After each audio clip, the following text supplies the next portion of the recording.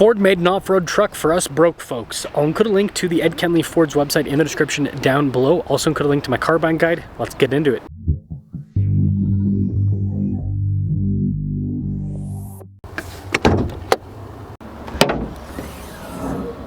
Under the hood is a turbo 2.7 liter V6 that goes through a 10-speed. Fuel economy is 18 around 10, 23 on the highway, with power outputs being 325 horsepower and then 400 pound-feet of torque.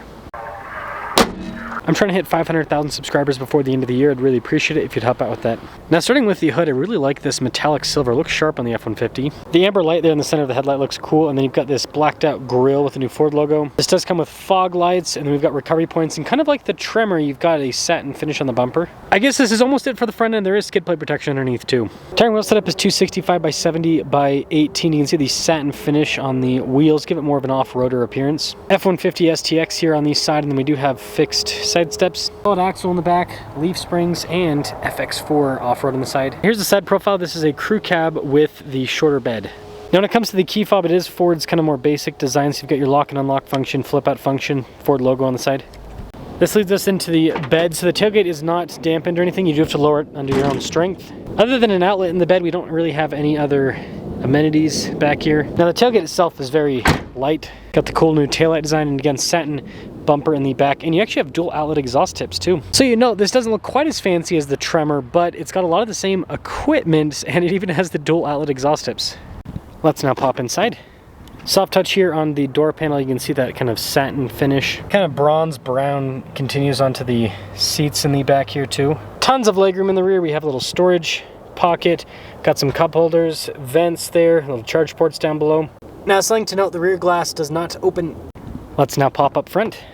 More soft touch here on the front door panel, more of that cool satin brown trim. Blind spot monitoring with the mirrors. We've got all of our window controls. Notice the front two are automatic. 1,497 pounds of payload capacity. More of that brown finish on the cloth trim. And then both seats are manual with the adjustments up front. You can turn off auto stop start if you want, and then you get your light controls down below. And yes, we've got a normal key stick in the ignition. Nothing crazy. So more basic trim around the steering wheel itself. You do have practical controls in the front for the center stack. Cruise control, volume controls, voice command controls on the left side. This does have Ford's column shifter with the manual function. Now this is a new F-150, so full digital gauge cluster is standard. It's very customizable in terms of what you can display. It also has a fun animation for the drive modes. There's drive modes for both on-road, off-road use, and towing. Backup camera in reverse. It does have a little zoom function built in. This truck does come equipped with hill descent control. And then as for the infotainment system itself, we've got a shortcut bar here at the bottom. You have the auxiliary tab off to the side, which you can change what that displays. Trailer brake controls integrated from the factory. Traditional 2-speed transfer case, part-time four-wheel drive system, and it has a rear locking differential. We've got analog controls for the radio. We also have single zone climate. Got 12 volts. We also have an outlet here, and then we do have some more USBs down below. Plenty of storage here with some cup holders. This also has the workbench center console, and then lots of storage space inside. It's massive. No lid over the top glove box, and then we do have a manual mirror dimmer function. So here's our window sticker for this STX. This has the 201A equipment group for those of you that are wondering. It's $3,700. 55,320 is the total MSRP. Let's see how this performs. Well, affordable off-road F-150, and you know, the tires are not the greatest on this. But tires, that's one of the easiest modifications on a vehicle. Just swap out some real aggressive all-terrains, and this thing with a rear locking differential, 2-speed transfer case, it'll be able to do a lot of fun stuff.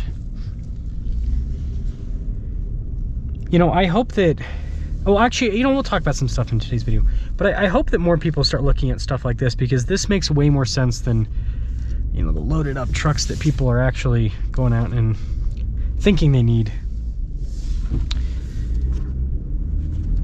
But this also has the 2.7, which is a good powertrain. It's, you know, economical. It's got good power.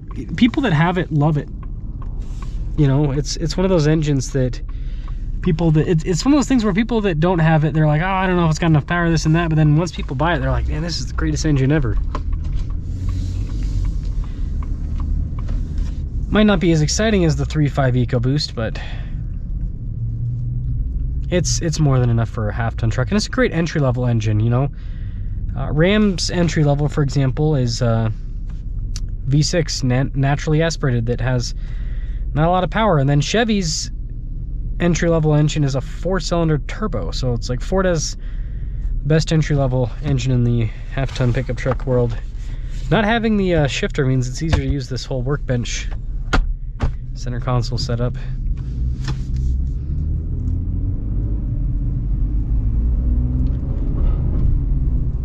Smooth so far.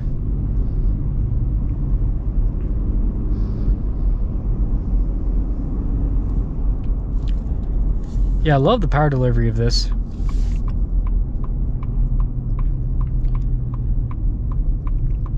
It's got a lot of low-end torque, and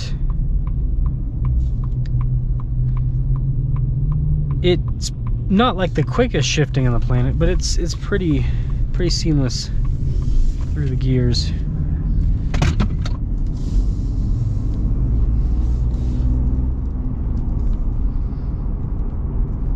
Yeah, I like how smooth this powertrain is.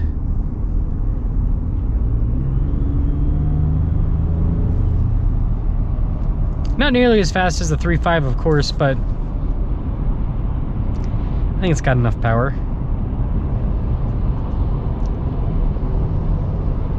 Feels more than peppy enough. Makes some nice turbo noises too.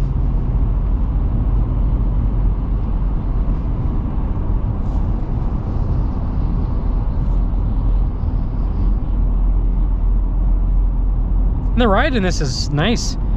Ford has figured out leaf springs when it comes to ride quality. It's not bouncing around all over the place with the back end. It's staying nice and planted for the most part, and yeah, just going over little bumps and everything, it doesn't upset the truck. It handles it all pretty well.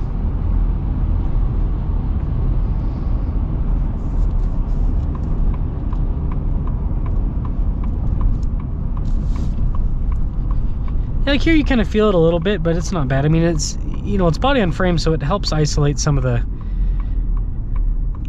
bounciness that you will get with the leaf springs. Man, second time. People are just running red lights today, I've noticed. Not sure why.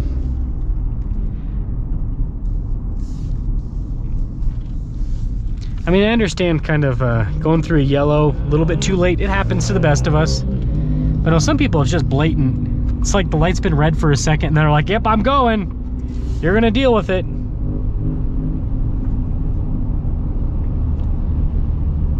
Yeah, this is a nice truck. So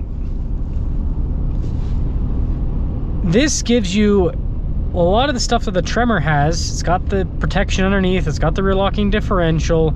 Doesn't have the tires, but tires are cheap, right? Well, they're not cheap, but you know, that's a cheap modification, all things considered.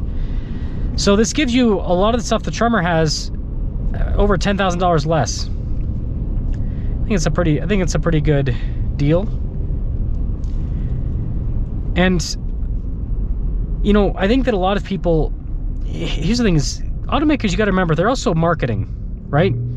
I think what a lot of people don't realize is this is the truck, this is the type of vehicle they actually want, but they think that they have to have the name, right? They got to have Tremor, they got to have Raptor.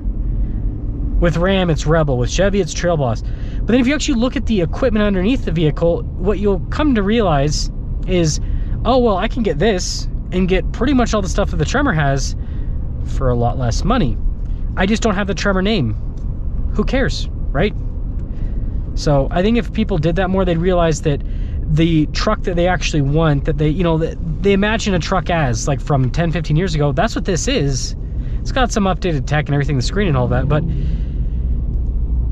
it just might not have the same name as what that, you know, you might have 5, 10 years ago, you might have been driving a Tremor, but now STX, but it's providing a lot of the similar stuff to what you had before.